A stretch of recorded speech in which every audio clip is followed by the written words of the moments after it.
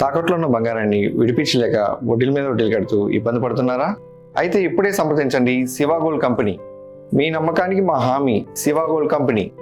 ప్రార్థనా మందిరాలకు భవన నిర్మాణ అనుమతి ఫీజులుండవని ప్రభుత్వం ప్రకటించింది. 24 మీటర్లు అంతకంటే ఎత్తు ఉంటే ఇక బహుళ అంతస్తుల కింద పరిగణిస్తామని తెలిపింది. 5,000 చదరపు మీటర్లకు పైగా విస్తీర్ణంలోని కొత్త భవనాల్లో ఎలక్ట్రిక్ వాహనాల ఛార్జింగ్ స్టేషన్ తప్పనిసరి చేసింది.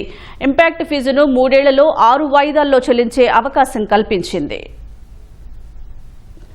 రాష్ట్రంలో భవన నిర్మాణాలకు అనుమతులు సులభతరం చేయడంతో పాటు ఈ రంగంలో పెట్టుబడులను ఆకర్షించేందుకు ఏపీ బిల్డింగ్ రూల్స్ 2017లో కొన్నింటిని ప్రభుత్వం సవరించింది. 24 మీటర్లు అంతకంటే ఎక్కువ ఎత్తు కలిగిన బిల్డింగ్లను హైరైజ్ భవనాలుగా పరిగణించింది. దేవాలయాలు, మసీదులు, చర్చిలు తదితరాలకు భవన అనుమతి ఫీజులు, ఇతర ఛార్జీలను మినహాయించింది. వీటి నిర్మాణ అనుమతులకు ఆన్లైన్లో దరఖాస్తు చేసినప్పుడు ప్రాథమిక ప్రాసెసింగ్ ఫీజు మాత్రం విధిగా చెల్లించాలని తెలిపింది. సిటీ లెవెల్ ఇన్ఫ్రాస్ట్రక్చర్ ఇంపాక్ట్ ఫీజును 3 ఏళ్ల వ్యవధిలో 6 వాయిదాల్లో చెల్లించే అవకాశం కల్పించింది. 10 మీటర్ల వరకు ఎత్తు ఉన్న వ్యక్తిగత నివాస భవనాలకు కొన్ని నిబంధనలను మినహాయించింది. నాన్ హైరైజ్ భవనాలకు కనీసం 3 మీటర్ల సెట్ బ్యాక్ ఉంటే 1.50 మీటర్ల వెడల్పు బాల్కనీకి అనుమతి లభిస్తుందని పురపాలక, పట్టణాభివృద్ధి శాఖ ముఖ్య కార్యదర్శి సురేష్ కుమార్ ఉత్తర్వులిచ్చారు.